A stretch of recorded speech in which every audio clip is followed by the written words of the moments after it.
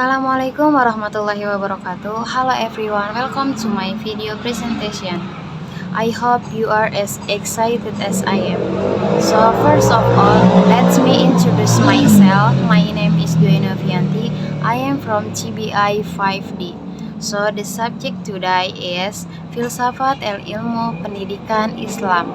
So in the next few minutes, I am going to talk about alat-alat pendidikan. Alat-alat pendidikan dan uraian-uraian yang akan saya jelaskan adalah yang pertama, konsep dan pengertian alat pendidikan, yang kedua, faktor alat pendidikan, dan yang ketiga adalah alat-alat pendidikan, macam-macam alat pendidikan. Yang ketiga adalah macam-macam alat pendidikan, dan yang keempat adalah tujuan alat-alat pendidikan, dan yang kelima adalah dasar penggunaan alat-alat pendidikan. Oke teman-teman, inilah pemaparan materi hari ini. Memahami alat-alat pendidikan. Yang pertama adalah konsep dan pengertian alat pendidikan, yang kedua adalah faktor pendidikan, dan yang ketiga adalah macam-macam alat pendidikan, yang keempat tujuan alat pendidikan, dan yang kelima adalah dasar penggunaan alat pendidikan. Adapun penjelasan yang pertama adalah konsep dan pengertian alat pendidikan. Menurut teori Ahmad D. Marimba mendefinisikan alat pendidikan sebagai segala sesuatu yang dapat dipergunakan dalam pencapaian tujuan. Secara umum, alat pendidikan adalah apa saja yang dapat digunakan untuk mencapai tujuan pendidikan. Dari yang dikemukakan oleh para ahli di atas dapat dari kesimpulan bahwa alat pendidikan adalah segala sesuatu atau alat atau media pendidikan yang meliputi segala yang digunakan untuk mencapai tujuan. Alat pendidikan secara langsung dipergunakan dalam penyampaian materi pendidikan, hendaknya dalam menggunakan alat pendidikan agar mempermudah pemahaman siswa tentang apa yang disampaikan si pendidik. Adapun penjelasan yang kedua adalah faktor-faktor pendidikan. Faktor-faktor pendidikan merupakan faktor yang dibuat dan digunakan demi pencapaian tujuan pendidikan yang diinginkan. Pengertian secara luas adalah faktor yang dibuat. Dalam pengertian yang luas, faktor-faktor pendidikan yang lain seperti tujuan, pendidik, anak didik, dan lingkungan pendidikan, yang bila mana faktor-faktor tersebut digunakan dan direncanakan dalam perbuatan atau tindakan yang mendidik. Dan yang ketiga adalah macam-macam alat pendidikan. Alat pendidikan terbagi menjadi dua, non-fisik dan fisik. Dan ada pun alat pendidikan fisik, yaitu berupa papan tulis, buku teks, alat peraga, laboratorium, dan peralatan praktikum. Dan yang kedua adalah alat pendidikan non-fisik, berupa metode pengajaran, modul pembelajaran. Adapun penjelasan yang ketiga adalah macam-macam alat pendidikan. Alat pendidikan mencakup berbagai jenis peralatan yang mendukung proses belajar mengajar. Berikut adalah beberapa contoh alat pendidikan. Yang pertama adalah buku teks. Buku teks berfungsi untuk menyediakan materi pelajaran dan referensi yang diperlukan untuk memahami berbagai subjek. Kemudian yang kedua adalah papan tulis. Papan tulis berfungsi untuk media untuk menulis dan menggambar secara langsung dalam proses pembelajaran. Digunakan untuk menjelaskan konsep dan ide. Kemudian yaitu alat tulis. Alat tulis tersebut pensil, pulpen, dan penghapus. Fungsinya adalah digunakan untuk menulis, menggambar, dan membuat catatan.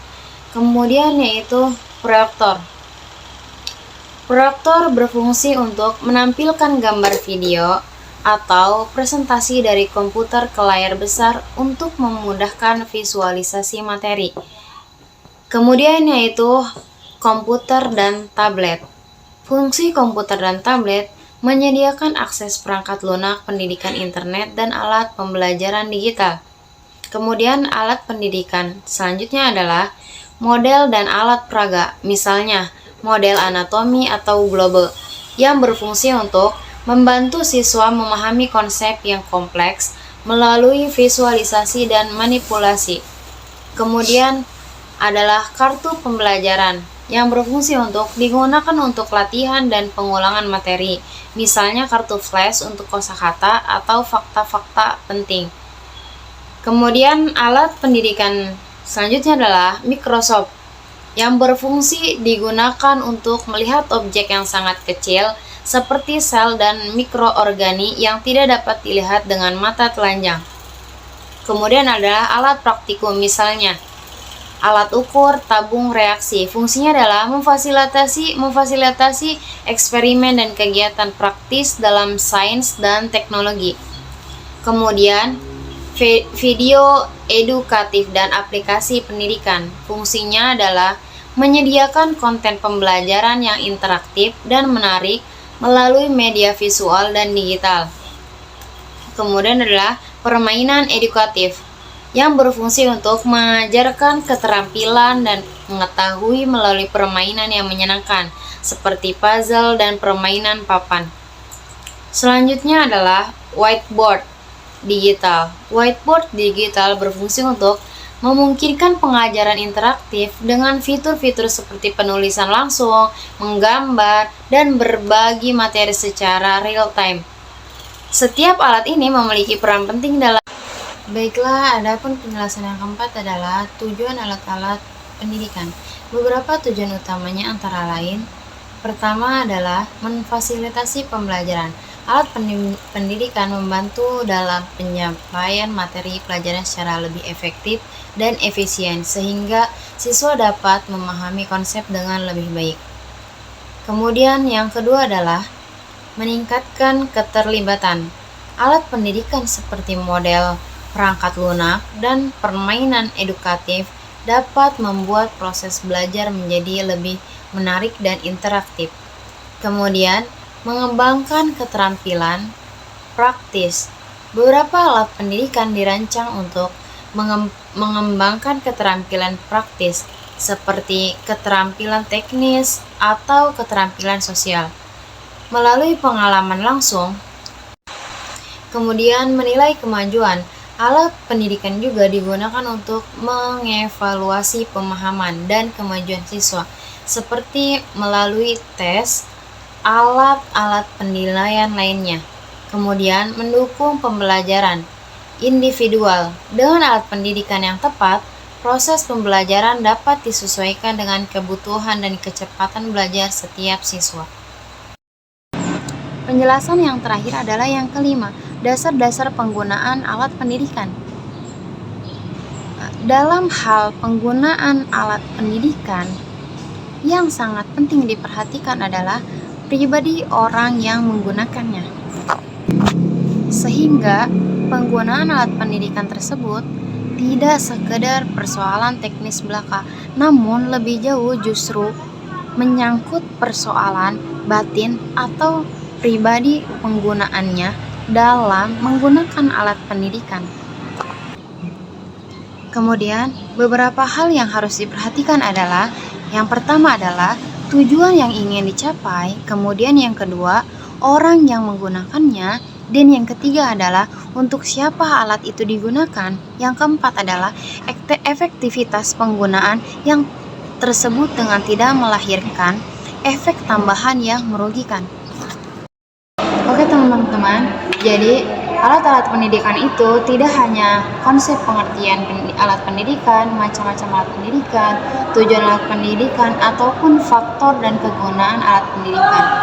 Jadi ada beberapa lainnya mengenai alat-alat pendidikan. Yaitu pertama adalah manfaat alat-alat pendidikan. Pertama adalah meningkatkan keterlibatan. Alat-alat pendidikan seperti media interaktif atau perangkat digital dapat meningkatkan keterlibatan siswa dengan materi pelajaran. Kemudian adalah mempermudah Penjelasan konsep, mempermudah penjelasan konsep. Alat seperti model diagram atau simulasi membantu menjelaskan konsep-konsep yang sulit dengan cara visual atau praktis. Kemudian mendukung pembelajaran individual. Teknologi pendidikan memungkinkan siswa belajar dengan kecepatan mereka sendiri dan mendapatkan umpan balik instan. Dan berikutnya adalah meningkatkan akses ke sumber daya, yaitu alat-alat pendidikan seringkali memberikan akses ke berbagai sumber daya, termasuk informasi terkini dan materi pelajaran yang beragam. Kemudian mendorong kreativitas. Alat seperti perangkat lunak, desain, atau aplikasi pembelajaran interaktif memungkinkan siswa untuk mengeksplorasi dan menciptakan dengan cara baru. Selanjutnya adalah tantangan dalam penggunaan alat-alat pendidikan. Adapun tantangan dalam penggunaan alat pendidikan yaitu yang pertama, keterbatasan akses. Tidak semua siswa atau sekolah memiliki akses yang sama ke alat-alat pendidikan, terutama di daerah dengan sumber daya terbatas. Yang kedua adalah kesulitan integrasi. Mengintegrasikan alat-alat pendidikan ke dalam kurikulum yang sudah ada bisa jadi rumit dan memerlukan pelatihan tambahan bagi pendidik. Dan selanjutnya adalah masalah teknis. Kegagalan teknis atau kesalahan perangkat lunak dapat mengganggu proses pembelajaran dan menyebabkan frustasi. Ketergantungan teknologi yaitu ada risiko bahwa siswa menjadi terlalu bergantung pada teknologi dan kurang mengembangkan keterampilan dasar atau kemampuan berpikir kritis. Selanjutnya adalah tentang biaya, di mana biaya alat-alat pendidikan, terutama teknologi canggih, bisa mahal dan menambah beban biaya lagi sekolah atau lembaga pendidikan.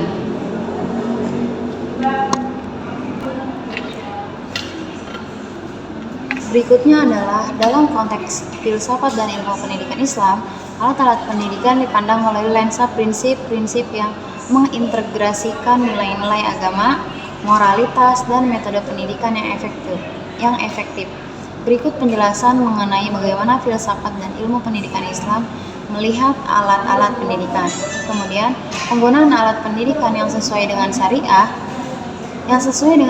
yaitu dalam memilih dan menggunakan alat-alat pendidikan penting untuk memastikan bahwa alat tersebut sesuai dengan prinsip-prinsip syariah. Ini termasuk memastikan bahwa konten dan metode tidak bertentangan dengan ajaran Islam. Kemudian yaitu secara keseluruhan, filsafat dan ilmu pendidikan memandang alat-alat pendidikan sebagai sarana penting untuk mencapai tujuan pendidikan yang lebih tinggi, yang mencakup mengembangkan ilmu pengetahuan dan membentuk karakter sesuai dengan ajaran Islam. Oke, jadi kesimpulannya adalah penggunaan alat-alat pendidikan yang tepat dapat meningkatkan pemahaman siswa, kemudian mempermudah penyampaian materi dan menciptakan lingkungan yang interaktif. Penggunaan alat-alat ini juga dapat disesuaikan dengan kebutuhan dan tujuan agar memberikan manfaat yang lebih maksimal. Okay, that's all from me. Thank you for watching my presentation. So, I hope you found the information insightful and engaging. If you there any question or feedback, please feel free to leave a comment. Bye-bye. Thank you very much. Wassalamualaikum warahmatullahi wabarakatuh.